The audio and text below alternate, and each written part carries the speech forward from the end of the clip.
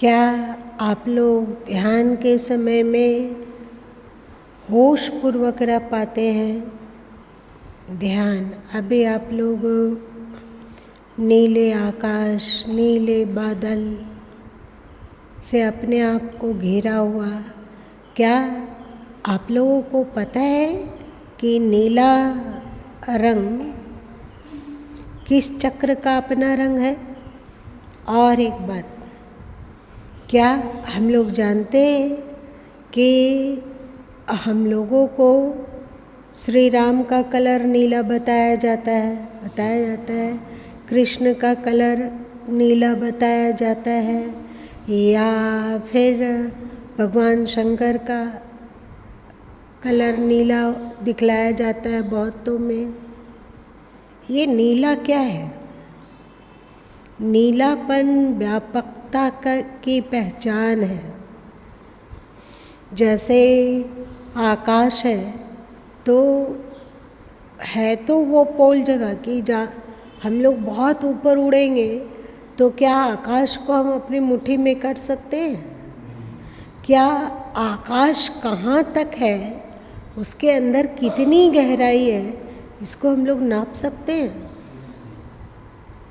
किसी ने नापा? नहीं नापा जा रहा। उसके अंदर कितनी गहराई है।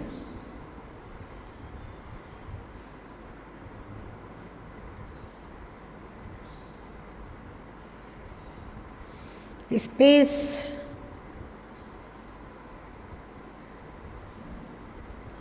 और हम लोग की पृथ्वी कितनी गहरी है, इसको किसी ने नापा? हाँ तो बताओ क्या क्या?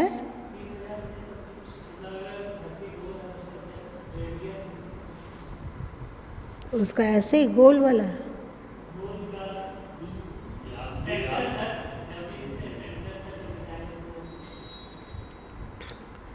इसका यदि पृथ्वी की खुदाई करती जाए तो इसमें ड्रिल करके कोई यंत्र डाला जाए कि हम इसकी गहराई नाप लेते हैं। वैज्ञानिकों ने इसकी बहुत खोज की। वे ड्रिल करके नीचे और नीचे और नीचे, तुम बार बार कमरा में जा रहे हो, क्या बात है?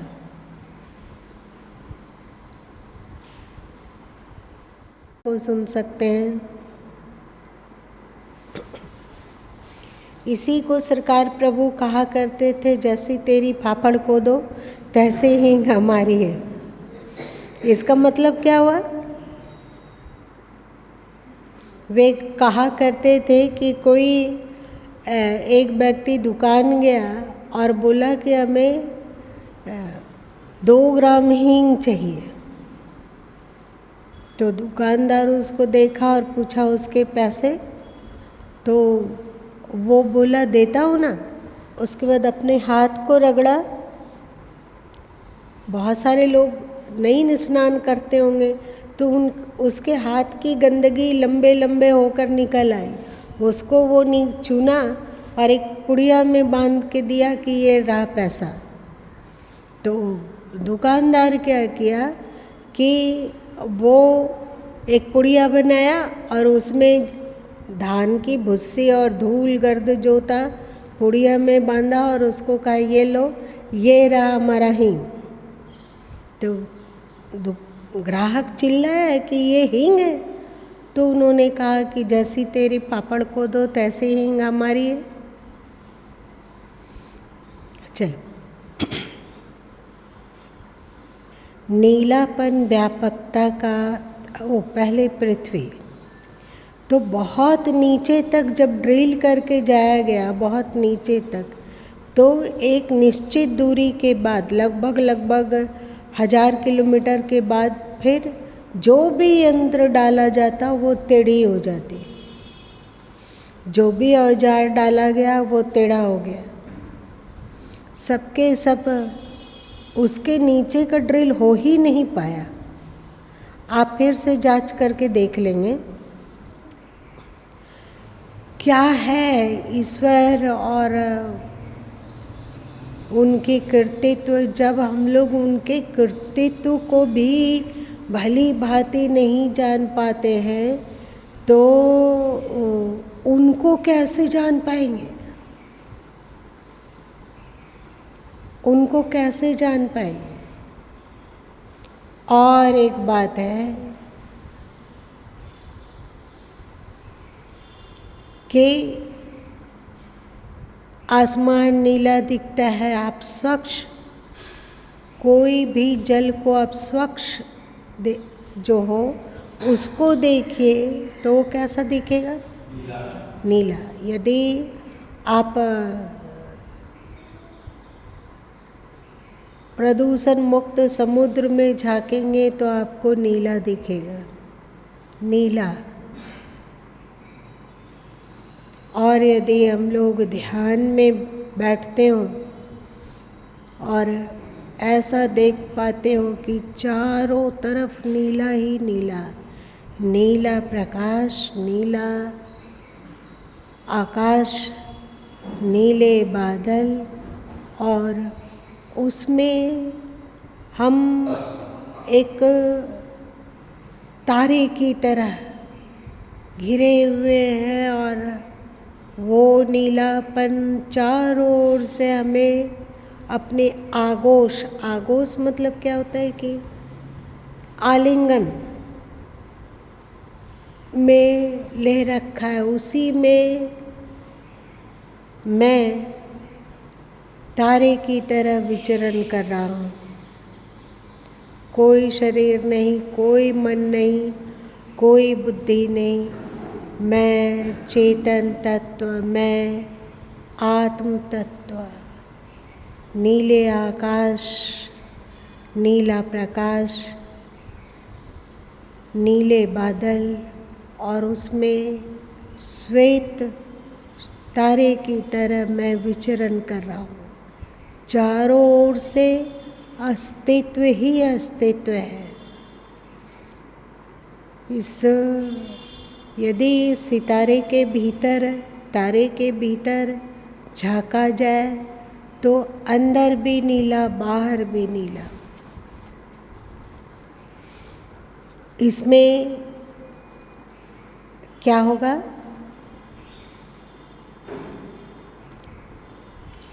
ऐसा यदि हम लोग ध्यान कर पाते हों तो हम लोगों की मन स्थिति क्या होगी, क्या होगी?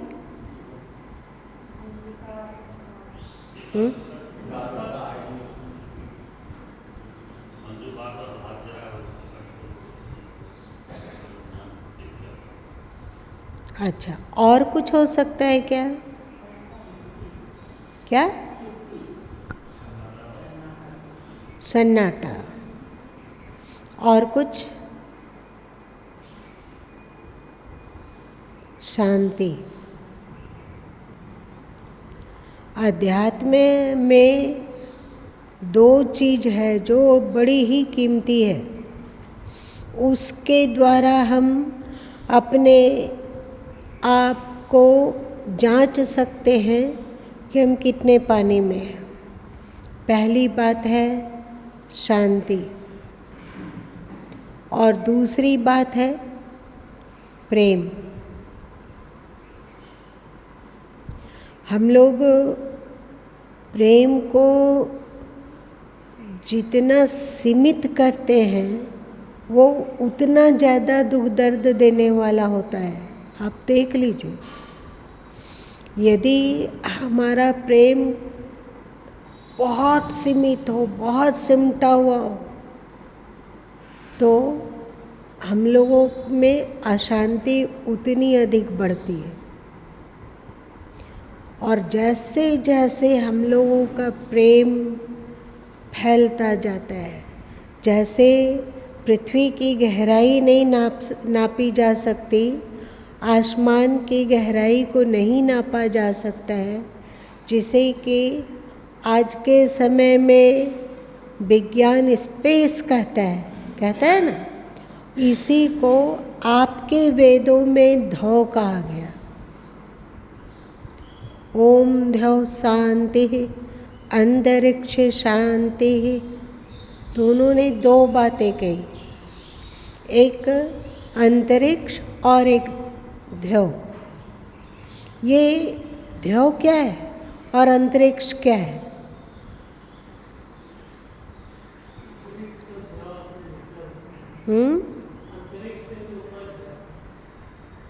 अंतरिक्ष की परिभाषा पहले।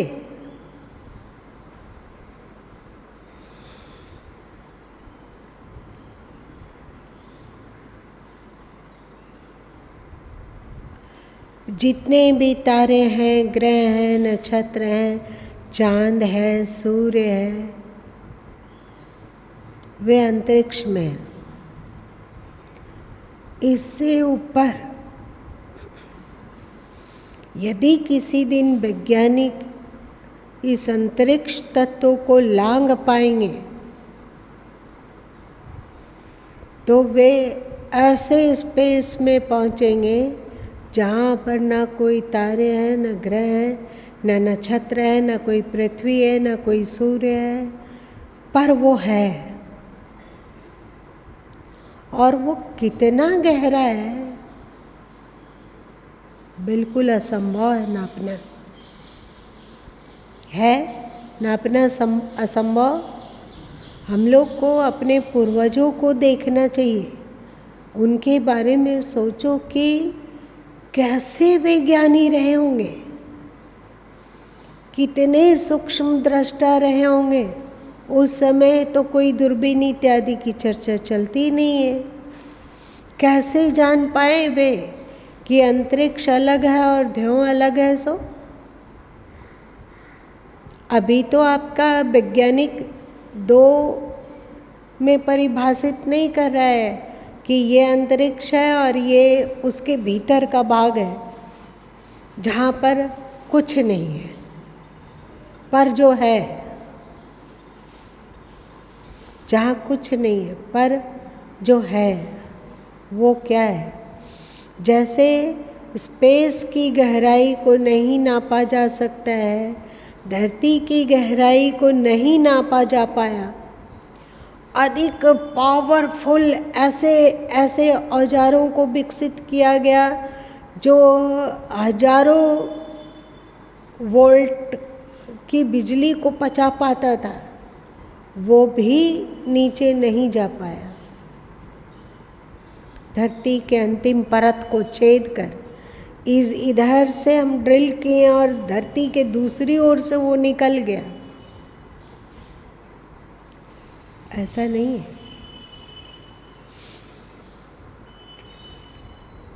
क्या वैसा ही प्रेम और शांति नहीं है? गहराई नापो, शांति की तुलना में प्रेम अधिक गहरा प्रतीत होता है। प्रेम का मतलब क्या हुआ? अपनापन, है ना? अपनापन। और सदगुरु कबीर साहब ने कहा कि प्रेम बान एक सदगुरु दीना गाढ़ो तीर कमाना हो। प्रेम। आज सुबह सुबह अंतस में कौंध रहा था कि क्या किसी दिन हिंदू इतना विवेकी बन सकेगा कि वो जान लेगा कि जिस पंथ में, जिस संप्रदाय में हमें नफरत करना सिखलाता हो, दूसरे को अश्रेष्ठ बतलाता हो और अपने आप को लाल बुझक्कड़ कहता हो, वो वस्तुतः धर्म अथवा अध्यात्म है ही नहीं।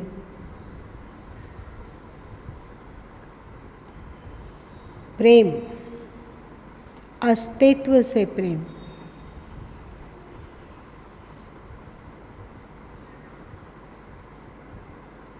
और उस अस्तित्व के प्रेम में हम लोग जब विभोर होते हैं तो वो अस्तित्व जिस भी रूप में आ रहा हो उसके साथ यथा योग व्यवहार करते हुए भी अंतस में समता का रहना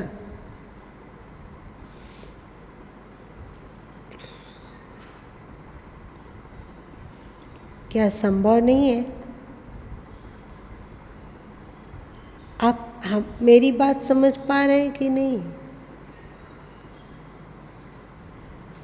क्या समझ रहे हैं?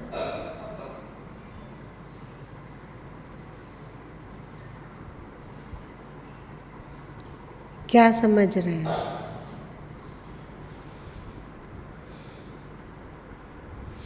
क्या हम लोग अस्तित्व के प्रेम का अनुभव कभी किए हैं?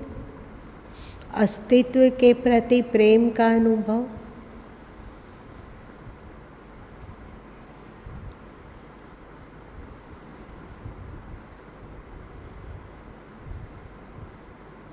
किसी ने भी?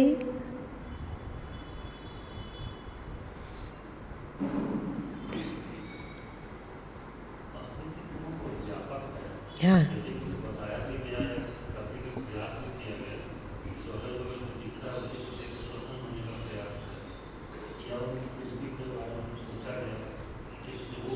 जो भी दिख रहा है, जो भी दिख रहा है वो उसी का तो अंश है। उसकी गहराई में पहुंच पाना तो महा मुश्किल है।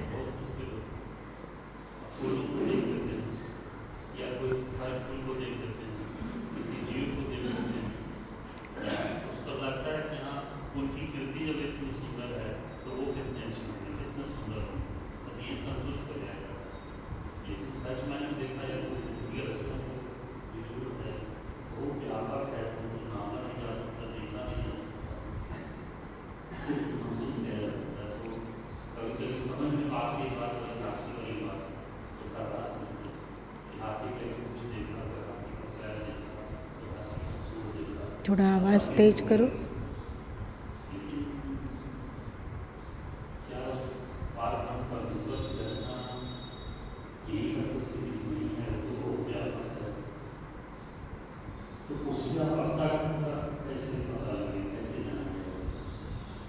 उसका अंतिम तो खोजा ही नहीं जा सकता है। आप उसका अंत छोड़िए, आपके भीतर कितना प्रेम का भंडार भरा हुआ है, क्या उसको आप नाप सकते हैं? क्या ऐसा हो सकता है कि हम इतने से प्रेम कर रहे हैं, मेरा प्रेम उसके बाद समाप्त हो गया, खत्म हो गया? ऐसा होता है क्या?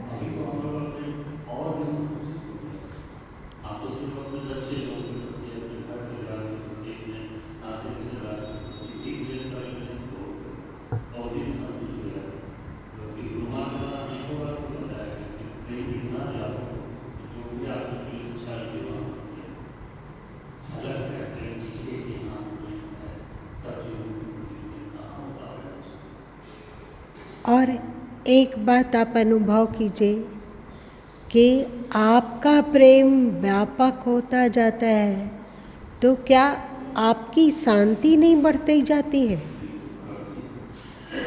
एक अनुभव कीजिए।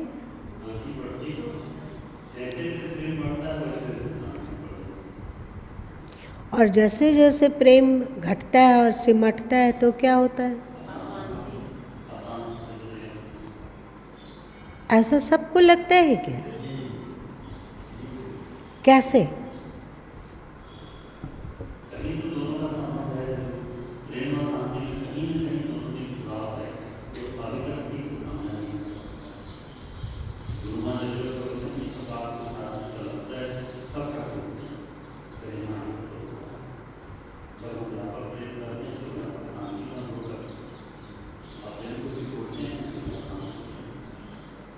प्रेम को जब सिकुड़ते हैं तो वो मोह बन जाता है, मोह को जब फैलाते हैं तो वो प्रेम बन जाता है।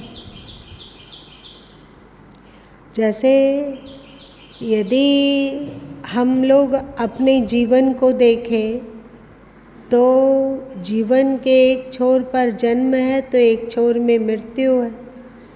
है ना। जीवन के एक छोर में जन्म है, दूसरे छोर में मृत्यु है।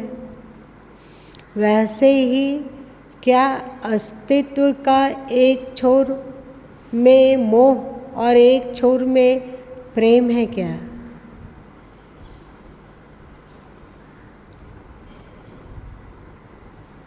अहंग, जिसको कहा जाता है अहंकार, ये सब ना ईश्वर का सारा दोष है। कभी नहीं सोच के आया जाता है कि कोई गहरी बात करनी है, पर जब वो बुलवाता है तो गहरी बात क्यों बुलवाता है?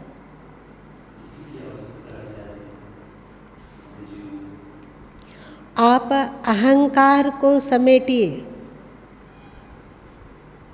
अहंकार एक छोर में अकड़ है तो दूसरे छोर में, इसको उपनिषदों में कहा गया अहंग रंग उपासना, मतलब मैं कौन, ये जो कुछ भी है, जहाँ तक दृष्टि जा रही है, मन जा रहा है, बुद्धि जा रही है, अथवा जहाँ नहीं जा पा रही है वहाँ तक केवल मैं और मैं ही है। इसी को ना आपके वेदों में कहा गया अहम ब्रह्मास्मि। ब्रह्म का अर्थ क्या होता है? व्यापक। मैं ब्रह्म हूँ, व्यापक। इसी में जब भाव विभोर होते थे स्वामी राम तीर्थ जी महाराज, बड़े प्यारे संत थे, अद्भुत। तो जब वे भाव विभोर होते थे तो इतना अधिक उनमें प्रेम और शांति और अद्भुत स्थिति हो जाती थी कि वो जोर से चिल्लाने लग जाते थे कि मैं ही सूर्य के रूप में चमक रहा हूँ, मैं ही हवा बनकर लोगों को जीवन दे रहा हूँ, मैं ही पृथ्वी हूँ, मैं ही चंद्रमा हूँ, ये व्यापक आकाश मेरा ही स्वरूप है। मैं ऐसा कि वो सबको समेट लिया उस मैं में।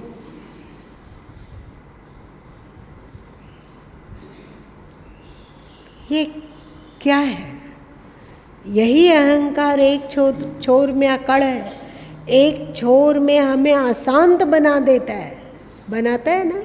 और यही अहंकार दूसरे छोर में हमें अद्भुत स्थिति में पहुंचा देता है कि मैं चित देखूं तित मैं। आपके उपनिषदों में दो तरह की उपासना बतलाई गई है। एक, मैं सब कुछ हूँ, मैं ही सब कुछ है, इस आत्म तत्व के अतिरिक्त और कुछ भी नहीं है, पहली बात। और दूसरा, आपके उपनिषदों में उपनिषद उपासना पद्धति में बताया गया तत्वमसि, जो कुछ है सो तू है, जो कुछ है सो तू है। और इसी को सदगुरु कबीर साहब कहें, जल में घट है, घट में जल है, बाहर भीतर पानी, फूटा कुंभ जल जल ही समाना, यह तथ्य बूझो ज्ञानी।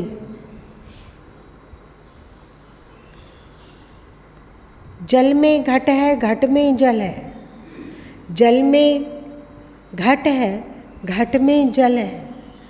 जैसे किसी नदी में, किसी सरोवर में, अथवा कहीं भी जहाँ पर्याप्त जल राशि हो, उसके भीतर आप घड़ा को डुबा दीजिए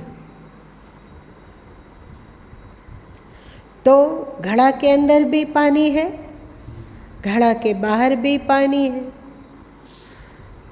जल में घट है, घट में जल है, बाहर भीतर पानी, बाहर भी वही है, भीतर भी वही है। फूटा घट, घट टूट गया, घट टूट गया तो जल जल ही समाना, जल जल में समा गया। मतलब क्या हुआ?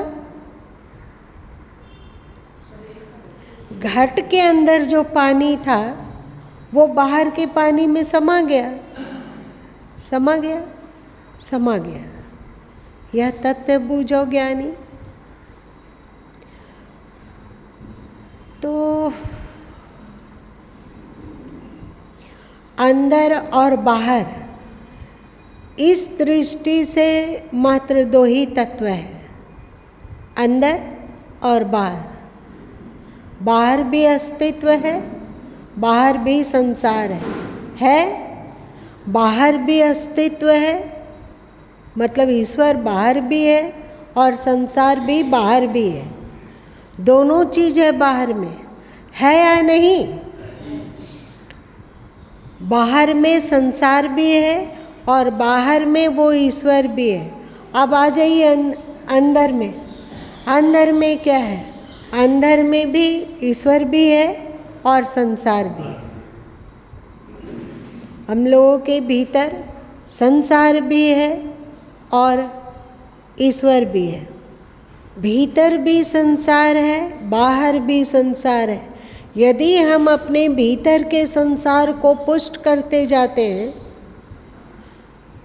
यदि हम अपने भीतर के संसार को पुष्ट करते जाते हैं तो हमारी स्थिति बाहर के संसार तक ही रहेगी। कीमती सूत्र। दोनों में, दोनों के ही, बाहर और भीतर दोनों ही क्वालिटियाँ मौजूद है, ईश्वर भी और संसार भी। दूसरे शब्द में आप कह सकते हैं माया भी और परमात्मा भी। यदि आप अपने भीतर संसार को पोस्ट करते जाते हैं, संसार, संसार के प्रति लगाव, संसार के प्रति मोह, संसार की इच्छा, संसार की कामना, ये हमको मिल जाए, वो हमको मिल जाए, संसार संसार संसार, सुबह सोकर उठते के साथ ही संसार, 10 बजा संसार, 12 बज गया दोपहर का संसार, 2 बजा तो भी संसार, 5 बजा शाम के तो भी संसार, रात हो गई सोने जा रहे हैं तो भी संसार, और जो स्वप्न देख रहे हैं वो भी संसार। ऐसा होता है। तो इसका मतलब है कि हम अपने भीतर के संसार को पुष्ट कर रहे हैं, और जब भीतर का संसार पुष्ट होता है तो भले ही हम लोगों को हजारों जन्म लेना पड़े, पर बाहर के संसार में ही आना पड़ेगा। बाहर के संसार में ही आवागमन होता रहेगा, होता रहेगा, होता रहेगा। जन्म और मृत्यु, जन्म और मृत्यु, मरो और जन्मो। जन्मा कहाँ? संसार में। जन्मते हैं हम लोग संसार में, जीते कहाँ हैं? संसार में। अंदर किसको रखते हैं? संसार को। मरते हैं तो कहाँ जाते हैं? फिर से संसार में। और यदि हम लोग अपने भीतर के अस्तित्व को पुष्ट करते हैं, अपने भीतर के अध्यात्म को पुष्ट करते हैं। अध्यात्म क्या है? अध्यात्म का क ख ग है। अध्यात्म का क ख ग क्या है? कौन बताएगा? मौर्य जी बताएंगे। बताइए। अध्यात्म का क ख ग क्या है? और कोई बताएगा? नारायण तुम बताओ।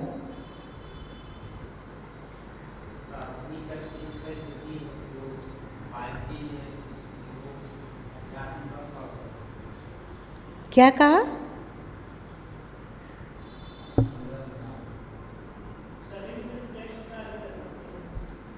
क्या?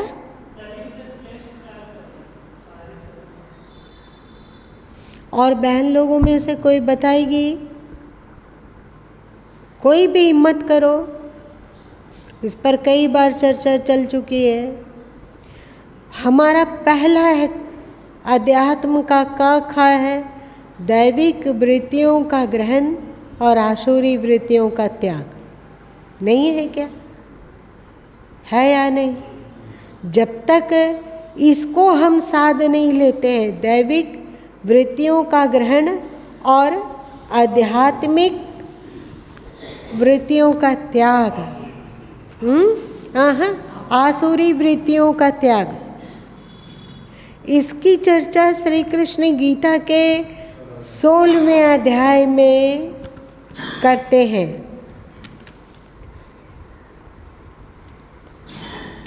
दैविक वृत्ति, दैविक मतलब ईश्वरीय, ईश्वरीय वृत्ति। ईश्वरीय वृत्ति क्या क्या है? उन्होंने कहा अभयम सत्व संशुद्धि,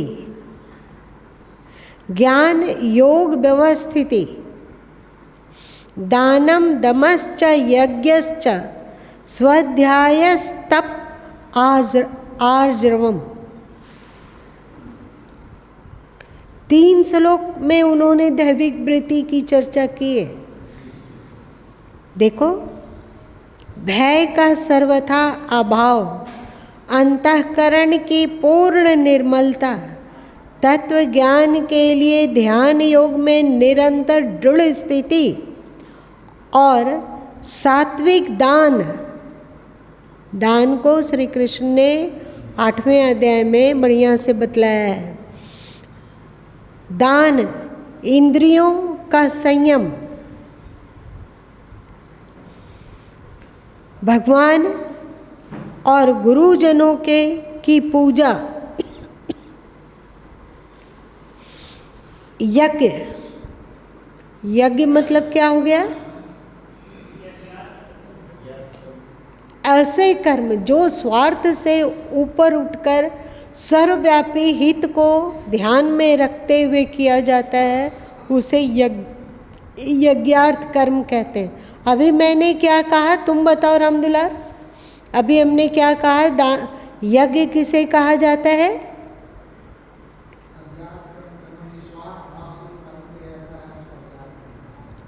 और कोई बताएगा? स्वार्थ भाव से ऊपर उठकर जो व्यापक हित को ध्यान में रखते हुए किया जाता है, वो यज्ञार्थ कर्म है।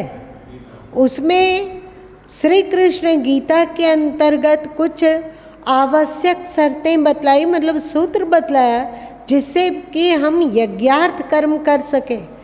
पहला सूत्र उन्होंने बतलाया कि यज्ञार्थ कर्म निष्काम होता है, उसमें अपना कोई स्वार्थ नहीं है।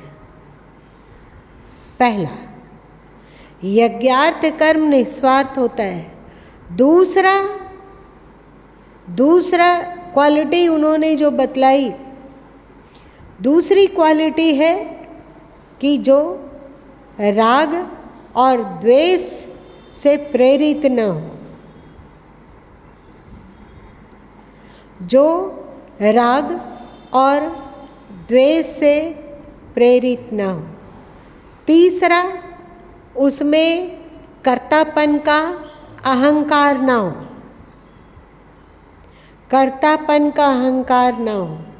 चौथा उन्होंने बतलाया कि जो लोक हितार्थ, मतलब जो अन्य के लिए हितकारी हो। मतलब लोक यहाँ कहा गया, लोक समझो, वो ये नहीं कहा गया जो आपके लिए हितकारी हो, चाहे आपके परिवार के लिए हितकारी हो, चाहे आपके बेटी दामाद के लिए हितकारी हो, अथवा बेटा बहू के लिए हितकारी हो, नहीं, लोक हितकारी हो। ये चारों क्वालिटियाँ रहनी चाहिए। ये चारों क्वालिटियाँ जितना अधिक आपके कर्मों के साथ जुड़ा हुआ है, वो कर्म उतना अधिक यज्ञार्थ कर्म है। लेकिन जो जिसे श्री कृष्ण ने गीता में कहा यज्ञार्थ कर्म, उसकी समस्त क्वालिटियों को प्राप्त करना, 4 ही क्वालिटी है, 4 क्वालिटी को अपने जीवन में उतार लेना, अपने कर्मों में उतार लेना सरल नहीं है। इसके लिए फिर आपको क्या करना होगा? फिर से दैविक गुण, दैविक गुणों को मतलब ईश्वरीय गुणों को आप अपने भीतर में विकसित कीजिए, इसे आप अपने भीतर बढ़ाइए।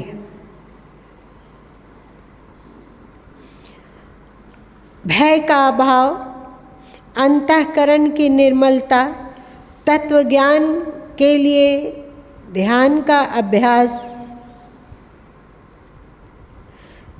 सात्विक दान। ऐसा नहीं कि किसी को मांस खाने का मन कर रहा है, वो गिड़गिड़ा रहा है कि आज हमें बहुत चिकन खाने का मन कर रहा है, आप पॉकेट से पैसा उठाएं और उसे निकाल के दे दिए, ऐसा नहीं। सात्विक दान हो। इंद्रियों का संयम। यदि हम लोगों की इंद्रियां उच्छृंखल रही तो क्या कभी हम अपने भीतर ईश्वरीय गुणों को धारण कर पाएंगे? देख लो, आँख हमारे कंट्रोल में ना हो, कान हमारे कंट्रोल में ना हो, इंद्रियां हमारे कंट्रोल में ना हो। आप लोग जो देखते हो हत्या कर देना, कोई बात को लेकर इतना गुस्सा आ गया, इतना क्रोध आ गया, कभी कार पार्किंग को लेकर, कभी मेरे पास में क्यों रखे, चाय की दुकान में गुमटी में चाय मांग रहे हैं, आप इतना देर कर रहे हो, गुस्सा इतना आने लगा कि वो उसका कॉलर पकड़ लिया। ऐसा होता है ना।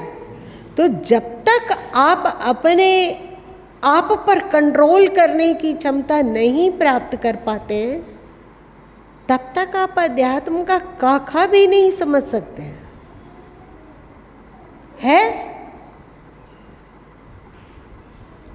श्री कृष्ण ने कहा कि अपने इंद्रियों को धर्म मार्ग में ही चलाना है, अपने इंद्रियों को धर्म से भटकने नहीं देना है। आंखें देखेगी जरूर, पर उसे देखेगी जिसके द्वारा धर्म पुष्ट होता हो। कान और आंखें देखेगी, पर दृष्टि पवित्र होगी। पवित्र मतलब ईश्वरीय गुणों के अनुसार होगी, है कि नहीं? और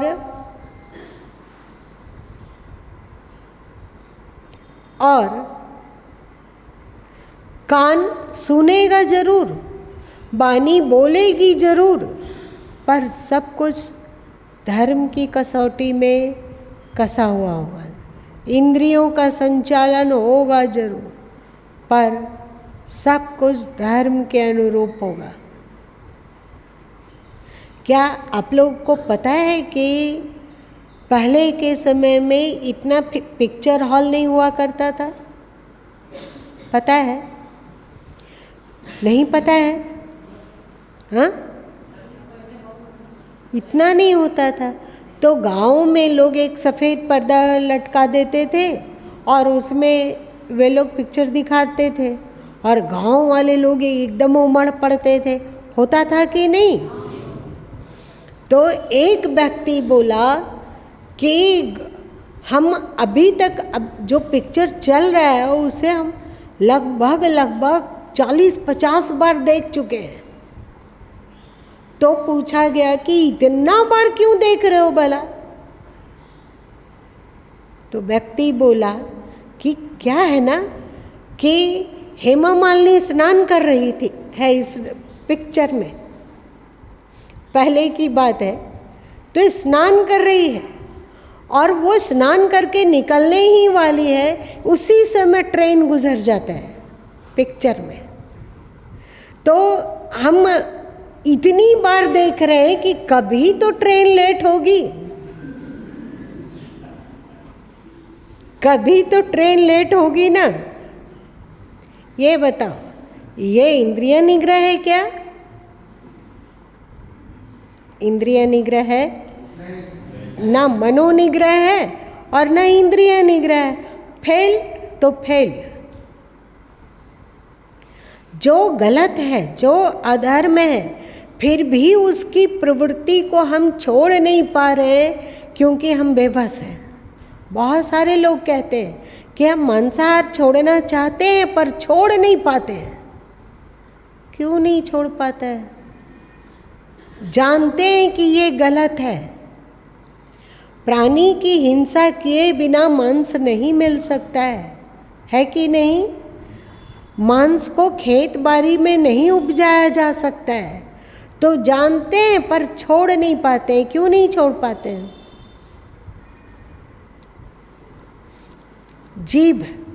जीभ के स्वाद की आसक्ति है। एक निश्चित समय पर पीने का मन करने लग जाता है। क्यों? और उसको हम कंट्रोल नहीं कर पाते हैं। अपने को रोक के रखते हैं। घर में अपने आप को कैद कर लेते हैं, पर पीने का समय आता है तो एकदम बेबस होकर इंद्रियां बलात् हमें घर को खुलवा देती है और जाके मदिरालय में पहुंचा दी। ऐसे ही तो श्री कृष्ण, खैर ये तो बहुत लंबा है। दैविक गुण, दैविक ईश्वरीय गुणों का विकास जिसका कि बहुत ही भली भांति श्री कृष्ण ने 16वें अध्याय में निरूपण किया, बिल्कुल परफेक्ट। और दैविक गुणों को अपनी 3 वाणियों में, पहले दूसरे तीसरे श्लोक में इस तरह समेट लिया कि वृत्ति बहुत चक रह जाती है। तो अध्यात्म का क शुरू होता है कि जो ईश्वरीय गुण है उसे अपने जीवन में लाइए, और जो आसुरी वृत्ति है उसका दिन प्रतिदिन त्याग कीजिए। इसका नाम ही है ईश्वरीय गुण, दैविक गुण, जो हमें ईश्वर मतलब अस्तित्व तक पहुंचाती है। संसार को हमारी वृत्ति लांघकर अस्तित्व तक पहुंचती है। हम अपने भीतर में यदि ईश्वरीय तत्व का विकास करते चले गए, और एक बात, यदि आप अपने भीतर ईश्वरीय तत्व और ईश्वरीय गुणों का विकास करेंगे तो आपके सभी कर्म ईश्वरीय रीत के अनुसार होगा या इसके विरुद्ध होगा? ठीक से सोचो। आपके भीतर यदि इंद्रिय संयम हो, अभय हो, मन की शुद्धता हो, निर्मलता हो, तो स्वाभाविक ही आपका जो कर्म होगा वो बड़ा ही पावरफुल और दिव्य होगा। आप अपने छोटे बच्चे को गले लगाकर बैठे हो तो वहाँ पर भी आप भाव विभोर हो सकते हो। जब अभी हम लोग अपने बच्चे को गले लगाते हैं तो हृदय मोह से भर जाता है, और इस भावना से गले लगाओ कि ये परमात्मा का है, परमात्मा ही इस रूप में है।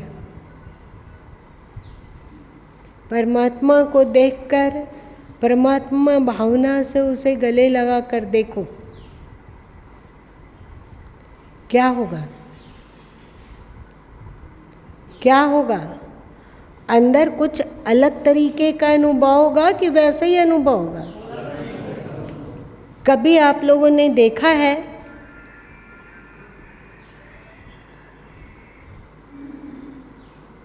जो भी हो,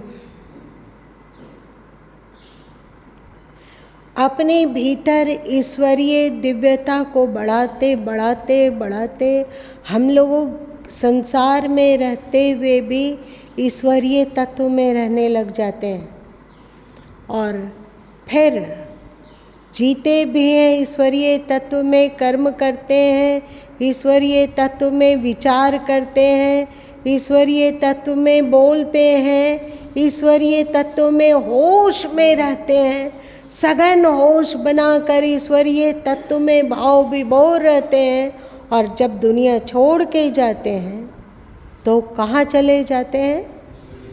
ईश्वरीय तत्व में। यही तो मोक्ष है। लेकिन गुरु माँ ये सब बोल क्यों रहे हैं? सहज ध्यान रहो, सहज ध्यान रहो, गुरु के वचन समाइयो। गुरु के वचनों में अपने ध्यान को समा कर रखो। क्या यदि हम लोग गुरु के वचन में अपनी वृत्ति को समाएंगे, जो जीवित गुरु हैं वे भी, और यदि हम श्री कृष्ण को गुरु मानते हो, वे गुरु हैं, उन्होंने गीता में ज्ञान दिया। सदगुरु कबीर साहब, उन्होंने अपना उपदेश बीजक में दिया। अब हमें इन शास्त्रों को का परीक्षण करना होगा प्रेम और शांति के कसौटी पर। जो ग्रंथ, जो श्लोक, जो उपदेश हमें अधर्म के लिए उकसाता हो, तुम तो अच्छे हो, तुम अच्छे हो, पर तुम्हारा भाई अच्छा नहीं है। तुम बहुत अच्छे हो। क्यों बहुत अच्छे हो? क्योंकि तुम मेरे पास आते हो, क्योंकि तुम मेरे पंथ से जुड़े हुए हो। बाकी लोग अच्छे नहीं हैं, वे लोग अछूत हैं, वे लोग त्याज्य हैं। उन लोगों से बात करने में भी पाप लगता है, चाहे वे कितने भी सदाचारी हो, कितने भी धर्मात्मा हो, कितने भी ज्ञानी हो, कितने भी इंद्रिय निग्रही हो, चाहे कितने भी श्रेष्ठ सज्जन पुरुष हो, परंतु क्योंकि वो इस पंथ से नहीं जुड़ा हुआ है इसलिए अशुद्ध है। बताइए, इससे आपका प्रेम पुष्ट हो रहा है या पागलपन?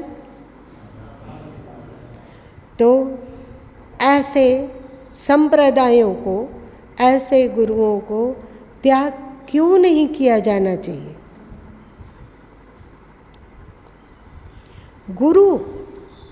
गुरु कहते हैं जो मोह से प्रेम की ओर ले चले, जो अकड़ से व्यापकता की ओर ले चले। गुरु कहते हैं आपके जीवन में शांति और प्रेम को इस तरह भर दे कि जहाँ भी उसकी दृष्टि उठे, जो भी कर्तव्य उनसे करना हो, वो सब कुछ प्रेम में हो। बिल्कुल हमारे पूर्वजों की तरह, जिन्होंने गाया सर्वे भवन्तु सुखिना, गाया कि नहीं? आज इतना ही रहने दो।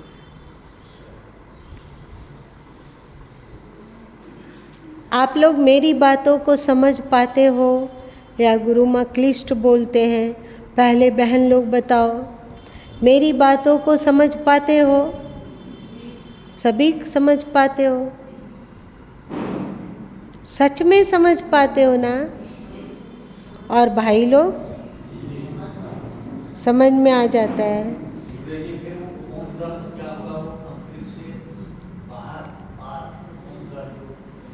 अंतरिक्ष से बाहर ध्यान, जहाँ सन्नाटा है, जहाँ शांति है, जहाँ कोई ग्रह नक्षत्र चांद तारे हवा पानी आग आकाश पाताल कुछ भी नहीं है।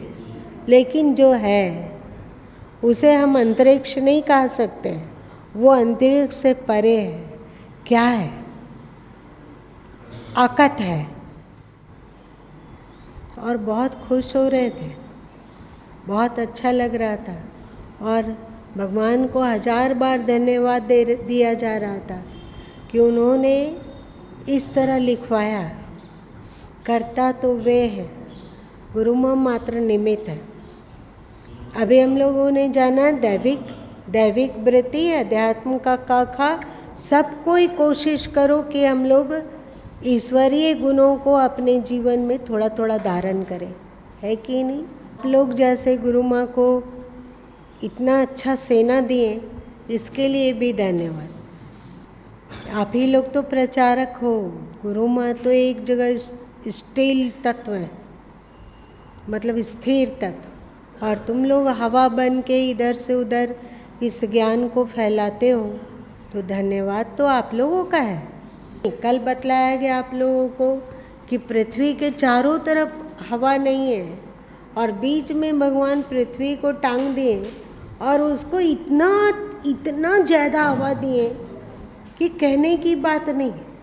और एक बात मजे की है कि हवा का लेयर वहाँ पर है जहाँ जीव जंतु हैं, और जैसे जैसे आप पृथ्वी से के धरातल से ऊपर उठते जाते हैं, वहाँ हवा कम दिए।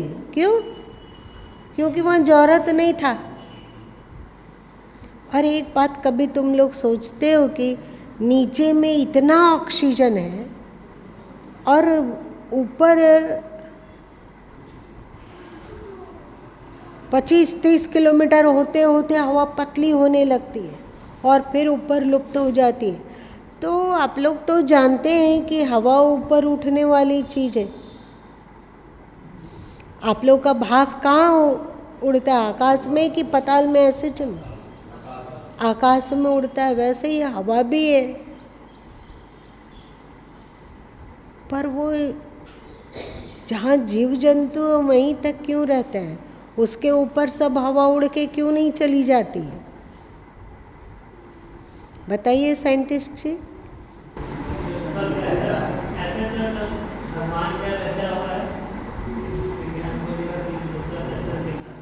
क्या है? अच्छा, तो गुरुत्वाकर्षण ऊपर में क्यों नहीं बनाया गया? वचन है ना, हवा के झोंकों में आहा वो ही तो आया है, जलने निज जीवनी शक्ति